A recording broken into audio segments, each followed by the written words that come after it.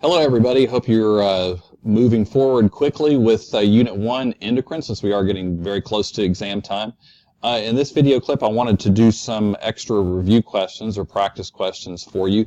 These will be physiology questions, and I don't want to scare you with these questions. I have put a number of multiple answer type questions in this review just to give you some, give us a little bit more practice with those, and so I can kind of help you with the approach you want to take when you're answering those types of questions. Now, you will have several of those types of questions on the test, but I don't want you to think they're going to be 80% of the questions that you're going to encounter. All right, so I kind of mainly have these in the general sequence that you have studied these topics during Unit 1. So the first ones will deal with basic hormone biology. And here we have a question using cortisol as an example. Cortisol is a steroid-type hormone derived from cholesterol. Select all that apply.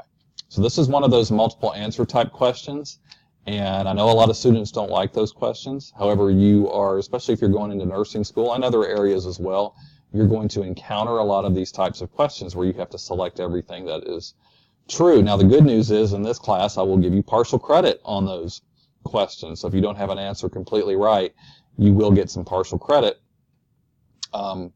However, in nursing school, they don't give you partial credit. So if it says select all that apply and you need to check A, B, and D, and you don't check A, B, and D, you get no credit for the question. The way these are graded on Blackboard, let's say this question is worth 3 points, and let's say 3 of these answers are correct. That means each correct answer is worth 1 point. So for each of the 3 correct answers you select, you're going to get 1 point. That's the good news. The bad news is if you leave one of those out, you lose a point. If you check an answer you weren't supposed to pick, you lose a point as well. So you want to be careful. Generally, the strategy you want to take with these types of questions is to kind of go down the list. If A is true, pick it. If B is true, pick it. If D is true, pick it. Try not to second guess yourself into a mess. Don't start using strategies like, well, I don't think 5 of these would be correct or only 1 of these would be correct. Because if you start trying to strategize that way, you're going to pretty quickly wind up in a mess. So let's take a look at this question, see what you guys think. Now, you're on a YouTube video, so you can pause before I start going over the answer to see if you can get the answer right before I start discussing the answer.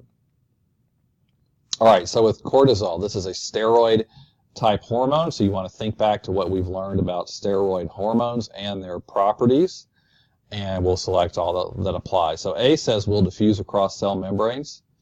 So you're thinking back, yes, steroid-type hormones are hydrophobic, and those are capable of diffusing across a cell membrane, a phospholipid bilayer. They don't mind those fatty acid tails in the phospholipid bilayer membrane, so they are capable of diffusing across the cell membrane. Most hormones don't do that because most hormones are hydrophilic, and therefore they cannot just freely move across a cell membrane. All right, so we would pick A. Now B, steroid hormones are a type of lipid. They are hydrophobic, not hydrophilic, so we're not going to pick that. Acts through a second messenger. Go back and review the material we covered about second messengers. Those occur with hydrophilic type hormones. Most of the hormones we study, the ones that bind their receptors on the cell surface, so they're not able to actually move across the cell membrane. Therefore, a second messenger is a new signal, a new chemical signal that's generated on the inside of the cell membrane to keep carrying that cell signal forward. Binds an intracellular receptor. So that means within the cell. Yes, our hydrophobic hormones, steroid hormones, go across the cell membrane and they actually attach to their receptors inside the host cell. The hormone receptor complex binds to genes on DNA and causes them to be expressed. Yes, if you go back and look at how these steroid-type hormones work, they diffuse across the cell membrane, they attach to a receptor, and then that hormone receptor complex actually attaches to a gene on DNA and causes that gene to undergo transcription. So there's a messenger RNA copy made, and then your messenger RNA copy goes to a ribosome and gets translated to build a protein. So our the answers you would choose there, A, D, and E. All right, how about this second question? This is just a true-false. Hormones won't trigger changes in a target cell unless the cell has receptors that bind the hormones. True or false? All right, hopefully you picked true on that one. Yes, hormones that are released by endocrine glands enter the blood, so they're going to circulate throughout the entire body. They're going to come out of the blood. They're going to get into the extracellular tissue fluids, those interstitial fluids, and they diffuse around, but they're not going to, so they wind up in the vicinity or the neighborhood of essentially every cell in the body, but unless they attach to a receptor, there's going to be no response. So that's why we say the target cells for a hormone are the cells that have the receptors for that hormone. All right, select all that are generally true regarding hormones. So another select all that apply. So let's go down the list on these. I'll pause for a second and let you guys stop the video, see if you can get this right before I give away the answers. Okay, so let's go through these.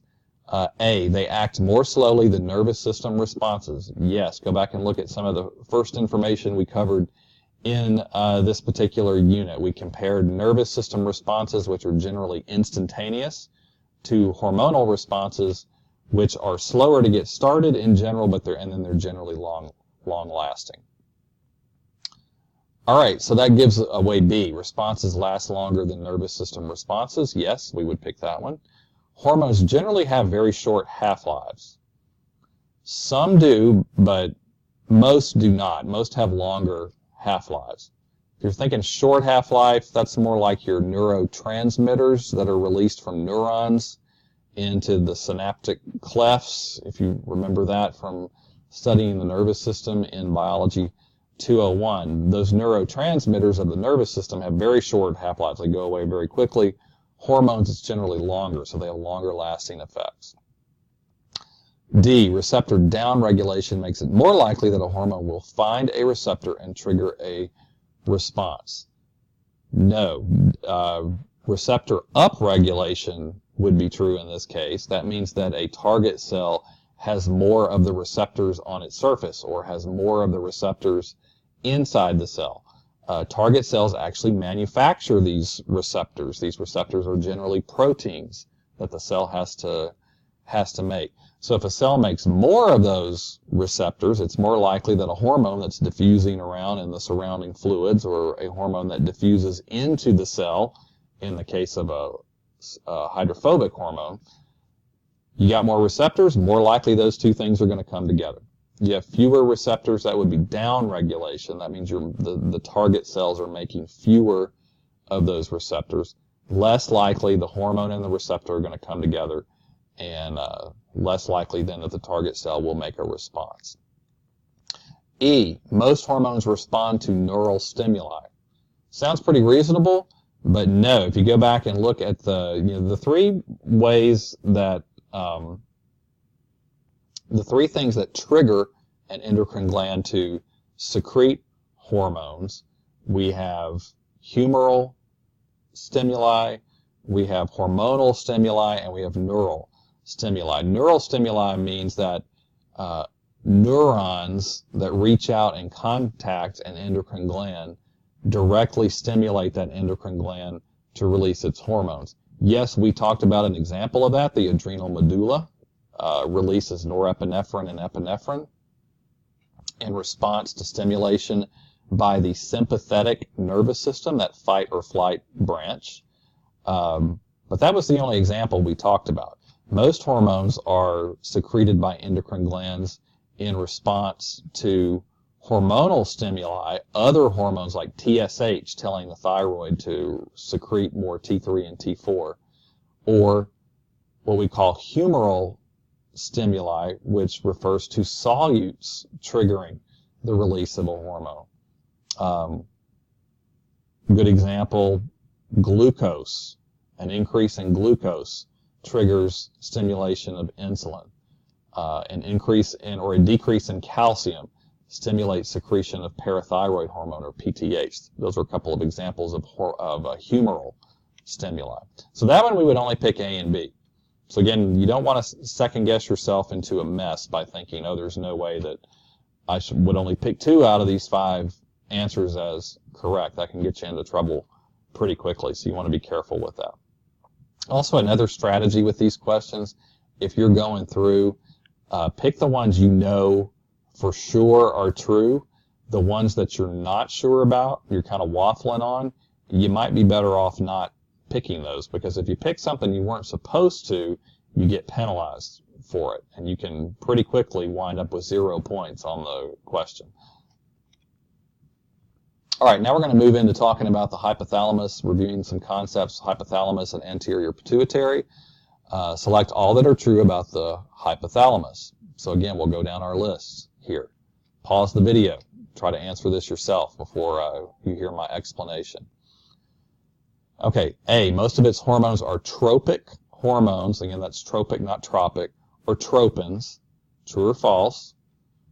That's true. Most of the hypothalamus hormones travel that little short distance down the infundibulum to the anterior pituitary and tell the anterior pituitary to secrete some hormones. So that's what tropic or hormones are. They go to another location and trigger something to happen.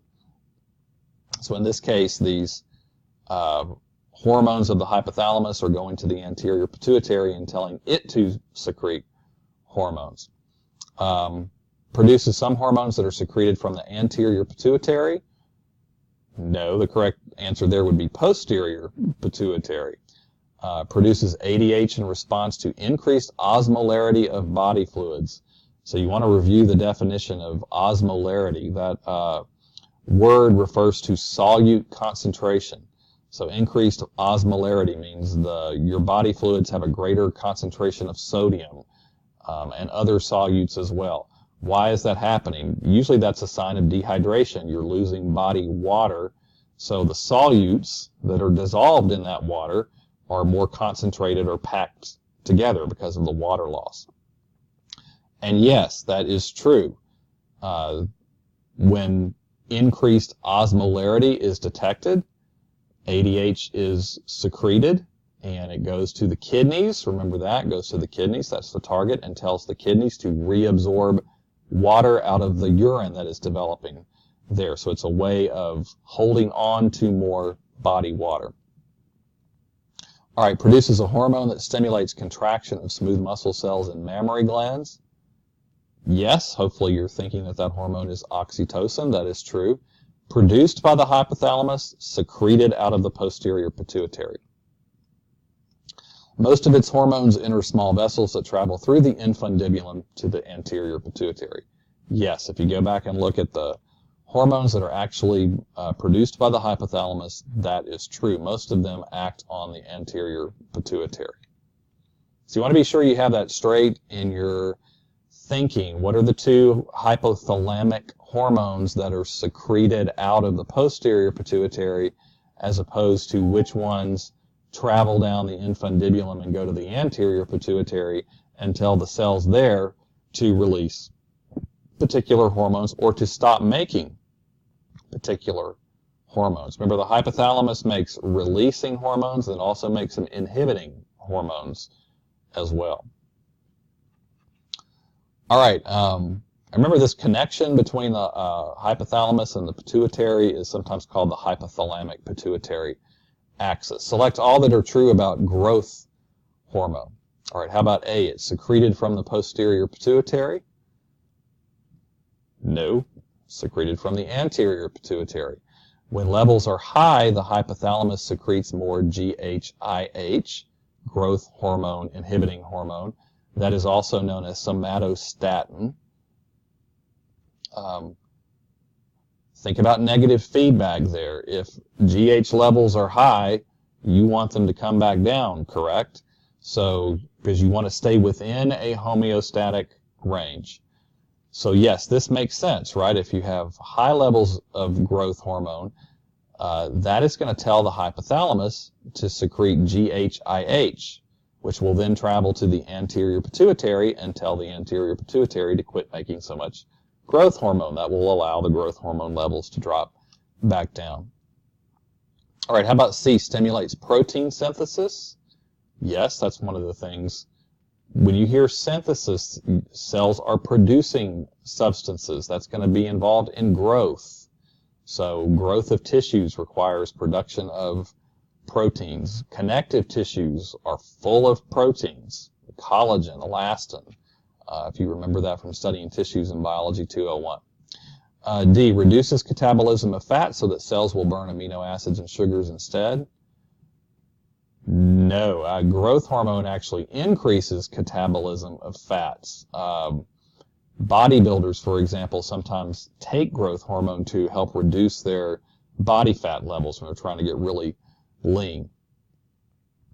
You don't want your cells burning amino acids. You want them uptaking amino acids to build the proteins that they need. So there's multiple things there are wrong. Growth hormone will stimulate use of sugars for energy. The growth involves needing a lot of energy to power all of the growth that's going on. All right, how about E? Overproduction during adulthood causes Hashimoto's disease?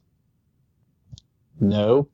Think back to the lecture where we talked about Hashimoto's disease. That is an autoimmune disease of the thyroid. And it involves your immune system attacking the thyroid and destroying the cells there. So that doesn't have anything to do with a growth hormone or the anterior pituitary even. All right, low levels of growth hormone will trigger the hypothalamus to secrete GHRH, growth hormone releasing hormone. Hopefully you're thinking yes here. Think about those homeostatic ranges, those fluctuations in hormone levels. If your growth hormone levels are down, you want them to come back up, right? Because you want to stay within that normal homeostatic range. So yes, when growth hormone levels go down, the hypothalamus will secrete GHRH, which then travels to the anterior pituitary, tells the anterior pituitary to secrete more growth hormone. So if you know your basic information with endocrine, you can logically think through these things. And that's what you want to do. That's the approach you want to take with these types of questions.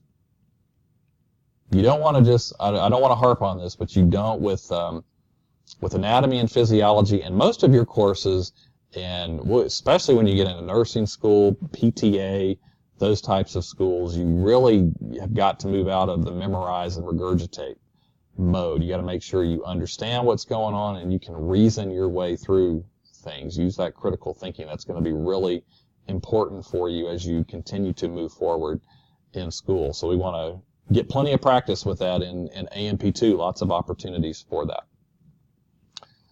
Okay, here's another true-false. Maybe not as much of a brain killer as those multiple answer type questions. The hypothalamus produces two releasing hormones that control hormone production by the posterior pituitary. So another tip for you guys, read carefully. Don't zip through the test. Every semester I have students who go into the testing center or they're testing at home and they zip through one of these tests in 20 minutes. That's too fast. If you're doing that, you are not reading the questions carefully enough before you answer. So you want to be careful with that. Slow down. Read really carefully. I have had students dramatically improve their grades on exams in AMP and microbiology when they slowed down and started taking a longer time on their exams. All right, so this is false. And why is it false? Because the hypothalamus does produce releasing hormones, correct? Like growth hormone releasing hormone. We were just talking about that one. But they don't control hormone production by the posterior pituitary. They control hormone production by the anterior pituitary. All right, here's another one. Hortense, your pregnant neighbor, has a destructive tumor of her posterior pituitary gland. Select each clinical sign she may have. So you guys will learn about clinical signs and symptoms. Signs are things that can be observed by a healthcare worker, like a nurse. Symptoms are things that are perceived by the patient. A symptom is something the patient really has to let you know about, like pain. A sign is anything you can observe or measure. All right, so let's think about our pregnant neighbor. Destructive tumor of her posterior pituitary gland. So you're reading this, you're thinking, okay, she's pregnant. What hormone did we study? from the posterior pituitary that is involved in pregnancy. And so hopefully you're thinking about oxytocin. So moving forward from there, let's take a look at these. A, elevated glucose levels in her urine. No, oxytocin doesn't have anything to do with that. And by the way, a destructive tumor, remember with tumors, if you have a proliferative tumor, that is an overgrowth of endocrine cells, and they generally overproduce hormones, and they tend to ignore negative feedback. They don't really respond to negative feedback properly. A destructive tumor means that all or part of an endocrine gland has been destroyed by the tumor. It's a tumor from another part of the brain, in this case, that's growing into the posterior pituitary and maybe compressing it and potentially killing it or destroying it. So with destructive tumors, low hormone levels, proliferative, high hormone levels. So in thinking about that, let's think about this as in terms of low oxytocin and what we would expect. A, oxytocin doesn't affect glucose levels as far as we know. Excessive urine output. So what do you think about that one? Now we mentioned oxytocin, but the posterior pituitary also makes ADH. If you don't produce ADH, yes, you're going to urinate a lot. Remember, ADH tells the kidneys, hang on to more water, return that to the blood and the interstitial fluids. So if you don't make ADH, you're going to urinate a lot. Dehydration, yes, if you're peeing out your body water, you're going to get dehydrated. Failure to go into labor to deliver her rugrat, that's definitely a possibility if she's not making oxytocin. Excessive milk letdown from the mammary glands. No, it would probably be the opposite. Oxytocin stimulates milk letdown from the mammary glands. So if you don't have it, you're probably not going to be as good at milk letdown. Hypotension, do we know what that word means? Low blood pressure. Yes, if you are urinating out your body water, your fluid volumes will go down, including your blood volume. If your blood volume is down, blood pressure goes down. Kind of like when you have excess water in a garden hose, water pressure is up. Less water in a garden hose, water pressure is down. It's the same thing with your blood pressure. Lower blood volume, lower blood pressure. Higher blood volume, higher blood pressure. Will she have decreased cortisol production? The posterior pituitary doesn't directly have any impact on cortisol. Now you could argue, well, Hortense is going to be under stress, and stress actually stimulates cortisol production. So I would not expect decreased cortisol production in good old Hortense, your pregnant neighbor. All right, select the anterior pituitary hormones that are critical for sperm and egg development. So we need to be really careful here. It's asking about anterior pituitary hormones. So let's go down our list. Luteinizing hormone, LH. Yes, that is one. B, gonadotropin releasing hormone. All right, now yes, that is going to be important for sperm and egg development because it tells the anterior pituitary to make LH and FSH. This is not made by the anterior pituitary. It's made by the hypothalamus, so we would not pick that one. Oxytocin, nope, not made by the anterior pituitary. Testosterone, very important for sperm and egg development, not made by the anterior pituitary. Follicle stimulating hormone, yes. Estrogen, testosterone is important for sperm development, not egg development. Estrogen is important for proper egg development in the ovaries, but it's not an anterior pituitary hormone. And we'll study testosterone and estrogen in much more detail when we get to Unit 5 on reproduction. And how about G, T3 and T4? No, not made by the anterior pituitary. They are important for proper sperm and egg development. They're your thyroid hormones that are really critical for every cell in the body, but not anterior pituitary hormones. All right, moving on to the thyroid. A patient with an unusual genetic mutation that caused his thyroid parafollicular cells to underproduce their hormone would most likely have low levels of what? All right, so we have to review our thyroid anatomy. So remember, your thyroid is divided up into follicles, which are really spheres, and each follicle is lined with follicular cells that they're showing you there in brown. And then in between there are parafollicular cells that are in these spaces in between the follicles. And those cells don't make the main thyroid hormones, which hopefully you're thinking those are T3 and T4. Instead, they make one of these. And so which would we expect to be low? Hopefully you're thinking calcitonin, that is a hormone that is made by the parafollicular cells of the thyroid. These are your follicular cells. They make T3 and T4. The parafollicular make calcitonin. Known functions for calcitonin. Remember we talked about this. No known functions in humans for calcitonin. At abnormally high levels, it can stimulate deposit of calcium in the bones, but under normal physiological levels, calcitonin does not have any functions that we know of in humans. All right, Chuck has cytotoxic T cells that attack and destroy the follicular cells in his thyroid. So this is going to be a type of autoimmune disease. We want to select all that apply here. And we'll learn a little bit about cytotoxic T cells when we get to the immune system in Unit 3. So those are cells of your immune system that are supposed to attack virus-infected cells in your body mainly. That's their main job, to help clear out the virus. But in this case, you've got some cytotoxic T cells. That's a type of white blood cell, a type of lymphocyte. And in this case, they're attacking your own thyroid and destroying it. So let's think about what we've got here.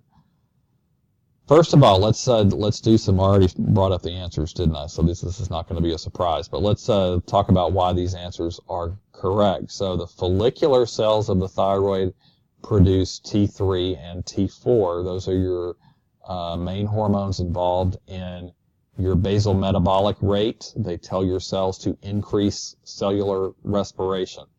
Let's break down nutrients to harness energy to make ATP to power all of the things that we need to do that require energy.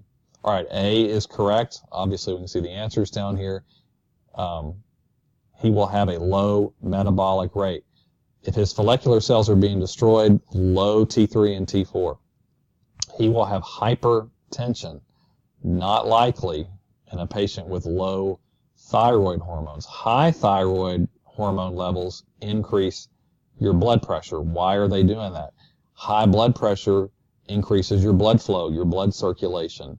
You are making sure that the cells in your body are getting the oxygen and the nutrients that they need. The wastes need to be carried away from those cells when you have increased metabolism. So you would not expect hypertension in a case of low thyroid hormone levels or hypothyroidism. He has Hashimoto's disease. Yes, if you go back and look at the definition of Hashimoto's disease, this is what's happening. His TRH and TSH levels will be low.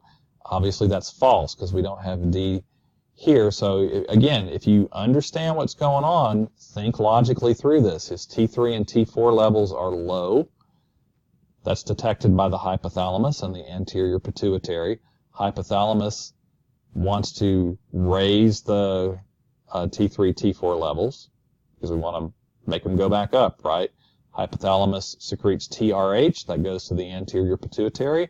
Anterior pituitary makes TSH, that travels to the thyroid and tells the follicular cells there to secrete more T3 and T4. The problem here is he's got this Hashimoto's disease. He doesn't have very many follicular cells, so he cannot make adequate T3 and T4.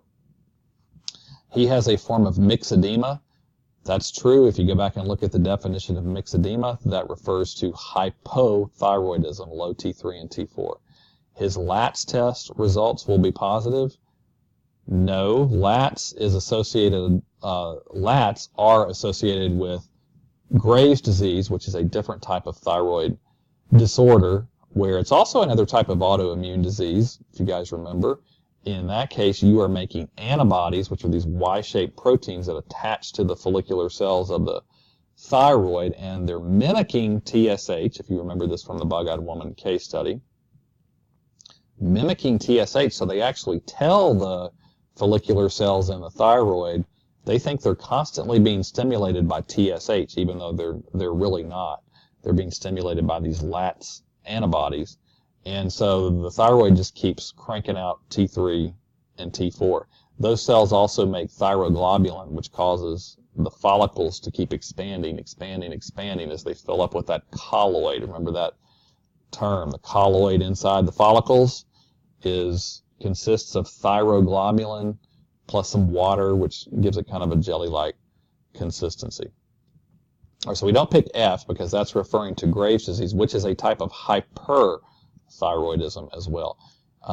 Chuck will likely experience chills. Yes. Low metabolism, your body temperature goes down. Heat is a byproduct of cellular respiration.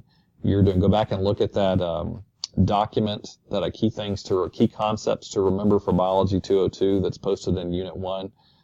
Heat is generated from cellular respiration. So less cellular respiration, lower metabolism, less heat. Your body temperature is going to drop. All right, Ernestine has a proliferative tumor in her anterior pituitary and also has very high levels of T3, T4 in her bloodstream. Select all that apply. So let's think about this proliferative tumor. So we said those are endocrine tumors where the endocrine cells have grown into a mass. You have way too many of them, and they overproduce their hormones generally. So she's got an anterior pituitary tumor, and she also has very high levels of T3 and T4 in her bloodstream. Now, those are coming from the follicular cells of the thyroid. All right, so we have to start thinking, okay, well, how is a proliferative tumor in the anterior pituitary causing this problem? Well, we have to think, what does the anterior pituitary produce that would cause T3 and T4 to be produced? So hopefully you're thinking TSH. Select all that apply here. A, she likely has elevated TSH. Yes, that's what's going on here. This tumor is overproducing TSH. That's going to the follicular cells of the thyroid, tells the thyroid to just keep making T3 and T4. She likely has elevated TRH. Now, this one might be kind of tricky. Now, we haven't mentioned that the hypothalamus is involved in this scenario, and so probably she has low TRH, right? Because she's got tons of T3 and T4 is way up here, which means the hypothalamus doesn't need to produce TRH, right? So your TRH levels should be low in this particular case. The problem is the anterior pituitary isn't waiting around for TRH to tell it to make more TSH because you've got this endocrine tumor that just keeps cranking out TSH. Full tilt boogie, that's where the problem is coming in. C, she likely has a goiter. She probably does. If you're constantly producing TSH, goes to the follicular cells in the thyroid. Let's go back to our thyroid picture over here. These cells are constantly producing thyroglobulin, which fills up this colloid here in the center of the follicle. You've got those thyroglobulin proteins plus water gives you that jelly-like consistency. And then remember, if you go back and review how T3 and T4 are basically chopped out of the thyroglobulin so that they can come back out from here and go into the bloodstream. These are supposed to be little cross sections through and longitudinal sections through blood vessels in the thyroid where those hormones are going to go. All right, so she probably will have a goiter in this particular case. So those follicles are going to get bigger and bigger and bigger and bigger. She will likely have hypercalcemia. No. Calcium, this is elevated blood calcium. Emia refers to the blood hypercalcium, excess calcium in the bloodstream. No, T3 and T4 don't directly affect that. Her LATS test will likely be positive. No, this is not Graves' disease. This is it is a type of hyperthyroidism, kind of like Graves' disease, but you have a different cause, so the LATS test will not be positive in this case. She likely will have exophthalmia. Yes, if you have overproduction of T3 and T4, it tends to stimulate growth of the connective tissues behind your eyeballs and will cause them to bulge out. She will likely have elevated body temperature. Yes, that's a definite sign of hyperthyroidism. You've got increased metabolism, excess cellular respiration going on. Heat is a byproduct of cellular respiration. Okay, parathyroid. Lurline was attacked by a microscopic monster that ate her parathyroid gland. Select each of the following that are likely to occur in poor Lurline. All right, so her parathyroid glands are gone. So you want to start thinking, what do the parathyroid glands do? They produce PTH. What does that hormone do? Increases calcium levels. All right, so she's probably not making PTH, little if any. So A, hypercalcemia. No, PTH stimulates increased calcium in the bloodstream and body fluids. No. Hypocalcemia, yes. If you don't have adequate PTH, you are probably going to have hypocalcemia. And go back and review the problems that can occur with improper calcium levels. This can affect your nervous and muscular systems as well as essentially every cell type in the body. High BMR, no. Basal metabolic rate is associated with T3 and T4, not PTH. Will she have high levels of parathyroid stimulating hormone? No, she will not. We didn't even talk about a parathyroid stimulating hormone, did we? That's not even a real thing. E, reduced absorption of calcium from the intestinal tract. No, if you go back and look, one of the key things that PTH does is it increases absorption of calcium from your intestinal tract. So you take in more calcium from the foods and the beverages that you're consuming to try to raise your calcium levels in your blood and your body fluids. Decreased activation of vitamin D in the kidneys. No, remember, vitamin D is made in the skin. It goes to the kidneys where it becomes activated and actually becomes a new molecule referred to as calcitriol, but we can also just refer to that as activated vitamin D. That then goes to the lining of your small intestine, where it tells the cells that line your small intestine to absorb more calcium.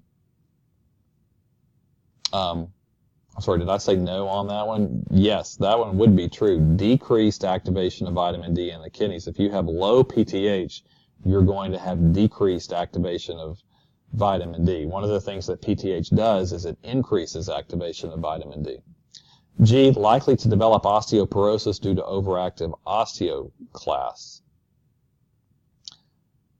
That's actually false. If you go back and look at one of the things that PTH does, which you probably studied in Biology 201 as well, is it activates the osteoclasts that live along the edges of your bones, and it tells them to dissolve bone matrix, because that's where you have calcium stored, and then that calcium gets released into the bloodstream to increase your blood levels of calcium. So that's done in response to PTH. This patient, Lurline, has low PTH, so she's actually going to have reduced osteoclast activity in all likelihood. So she's not likely to develop osteoporosis. All right, moving on to our adrenal glands. Overproduction of hormones from the zona glomerulosa will cause, so let's think about our zona glomerulosa. The main hormone, the hormone group, the mineralocorticoids, but the main one we studied is aldosterone. What does aldosterone do? Let's think through that. The key things that we learned, aldosterone increases sodium levels, decreases potassium levels. So it tells which we'll study in more detail later in the semester, it tells the kidneys to hang on to more sodium. Don't pee out your sodium in your urine. It causes reabsorption of sodium back into your bloodstream and other body fluids. And on the flip side, it causes you to excrete or release more potassium. All right, so if you're making too much aldosterone, will you have high levels of potassium? No, you're probably going to be peeing out excessive amounts of potassium. Hypercalcemia, no, we're not. Aldosterone doesn't affect calcium. High levels of sodium in extracellular fluids, yes, hopefully that's what you're thinking there. Aldosterone increases the amount of sodium retained in your body fluids. It will decrease potassium. D, hyperglycemia, high blood glucose or high blood sugar, and that is not directly impacted by aldosterone. All right, a proliferative tumor of the zona reticularis in a young male could lead to what? So if you think about, okay, the zona reticularis, go back and take a look at those sublayers of the adrenal cortex, and that zona is responsible for making androgens, which are male sex hormones. So if you got a young male before puberty, proliferative tumor here is overproducing androgens. Which of these things, male sex hormones, which of those four things seems to be the most reasonable? I would say D, early onset of puberty. That can actually be triggered in both males or females. But you might see development of body hair, things like that. Traits that you associate with an adult male can develop in a child if you do have a proliferative tumor in the zona reticularis and you're making too many of those male sex hormones early in life. Cushing's syndrome, you want to take a look at, review what that is. Do you remember what that syndrome is? That is overproduction of cortisol primarily. All right, your patient has a puffy face and a noticeable hump of fat on his upper back. Which of the following do you expect to be happening in this patient? So if you think through this is pretty closely related to one of the clinical scenarios we did. Puffy face, hump of fat on the back, that is associated with Cushing's syndrome like we were just talking about, which is mainly due to overproduction of cortisol. You can also have overproduction, though, of aldosterone as well with this syndrome. All right, what does cortisol do? So that's a stress hormone, but with cortisol, probably the two key things you want to remember are it increases your blood glucose levels. It's associated with longer-term periods of stress, which is one of the reasons why it increases your blood glucose levels, to help you deal with that stress, to help feed your cells. Cells need glucose and need more of it when they're under stress. And the other thing is too much cortisol can lower immunity, reduces your immune system's ability to respond. So we want to keep those things in mind. Would this patient have hyperglycemia, high glucose? Yes, you're making too much cortisol. That's going to raise your blood glucose. Increased susceptibility to infections. That means you're more likely to get infections. Yes. High cortisol tends to lower immunity to infectious diseases. High levels of fatty acids in his bloodstream.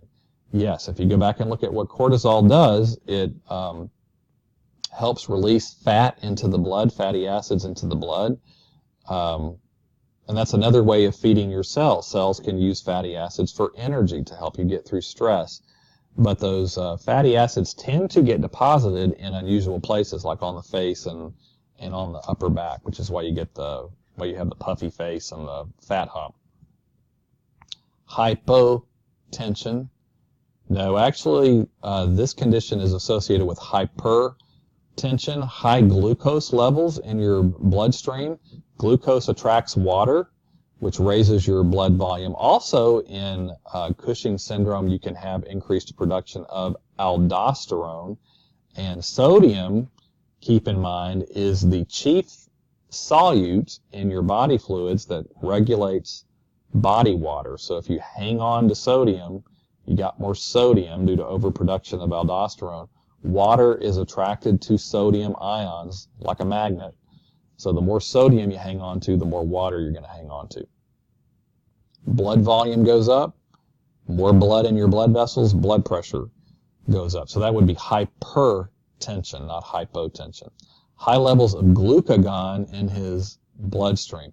Go back and review insulin and glucagon. So glucagon is secreted when you have low blood sugar or blood glucose.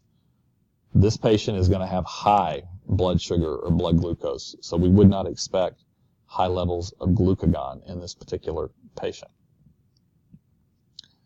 Okay, Irene seems wigged out all the time and shows many signs of ongoing fight or flight stress. Which of the following do you suspect? So fight or flight stress. So if you're thinking back to the nervous system in Biology 201, you learned sympathetic nervous system, norepinephrine, epinephrine, or adrenaline, noradrenaline. Those are two names for the same thing.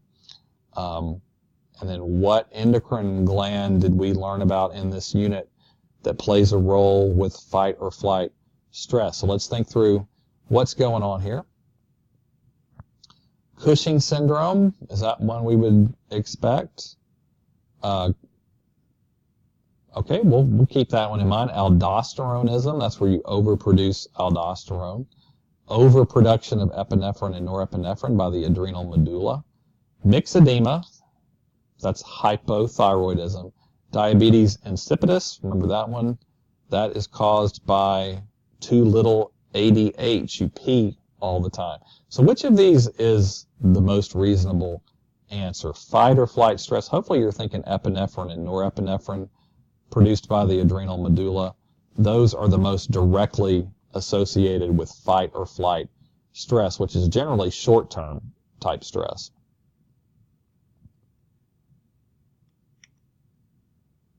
All right, pancreas, select each hormone that can raise your blood sugar levels when it's secreted. So regulating your blood glucose levels, that's an extremely important function in the body. You want to maintain normal homeostatic ranges of blood glucose. So your body has multiple ways of dealing with that. So what hormones can raise your blood sugar levels when secreted? So let's go down our list. And don't overcomplicate. Just think about what hormones did we learn about will trigger an increase in blood glucose. Insulin, now you might want to pick that one, but no, insulin is secreted when your blood glucose is already high, and it helps your blood glucose go down because insulin tells your cells to take up glucose. Glucagon, yes, glucagon is the hormone that is secreted by from the pancreas, by the alpha cells in the pancreas when your blood sugar levels are low to help them go back up higher. Go back and review what insulin and glucagon do. Be sure you know that story. Sometimes diabetics have to give themselves glucagon to, if they have a blood sugar crisis, to help quickly raise their blood glucose levels back up. Epinephrine, yes, you secrete epinephrine, fight or flight, short-term stress. Anytime you are in a stress situation, blood glucose levels are going to go up, and that's because your cells need lots of glucose to help you power through whatever stressful activity you're involved in, running away from an alien or something like that. Cortisol, yes. Main function, like at night when you're sleeping, cortisol helps you get through the night by helping to keep your blood glucose levels raised. Go back and look at the mechanisms by which that occurs when we say, how's your blood sugar coming back up if you're not eating anything? Go back and look at what the liver does. Gluconeogenesis, glycogenolysis. Go back and look at those things from your notes. Prolactin, no, we didn't talk about any direct connection between prolactin and blood glucose. Growth hormone, yes, it will actually raise, again, growth. You need sugar. You need to feed your cells sugar to allow the synthesis, the energy needed for synthesis for growth. So that makes sense. So like I said, if you kind of think through these things logically, things make sense. PTH, no, that's involved with raising your blood calcium levels. So glucagon, epinephrine, cortisol, and growth hormone. Those were the hormones that we would pick there. Select each of the following that are characteristics of type 2 diabetes mellitus. Definitely review type 1 diabetes mellitus versus type 2, their causes and treatments, and be able to explain the difference between the two. These are diseases you guys are going to see a lot in healthcare. All right, so for type 2, let's go down our list here. A, hyperglycemia. Yes, if you have diabetes mellitus, you have high blood sugar. Low insulin levels, that's one you have to be careful with. This is type 2. Remember, type 1 diabetes mellitus, those patients produce little or no insulin. Insulin is a signal that tells many cell types in the body to take up glucose. So therefore, the glucose stays in their blood and body fluids, and they have hyperglycemia. In type 2, they still produce insulin generally, but the cells, the target cells for insulin, don't respond to it. They ignore the signal, so they don't take up glucose because they're ignoring the insulin signal. And so you have hyperglycemia. The glucose is staying in your blood and your body fluids. Lack of response to insulin by many cells? Yes. Is this an autoimmune disease? Probably not. We don't know. Type 1 is thought to be an autoimmune disease.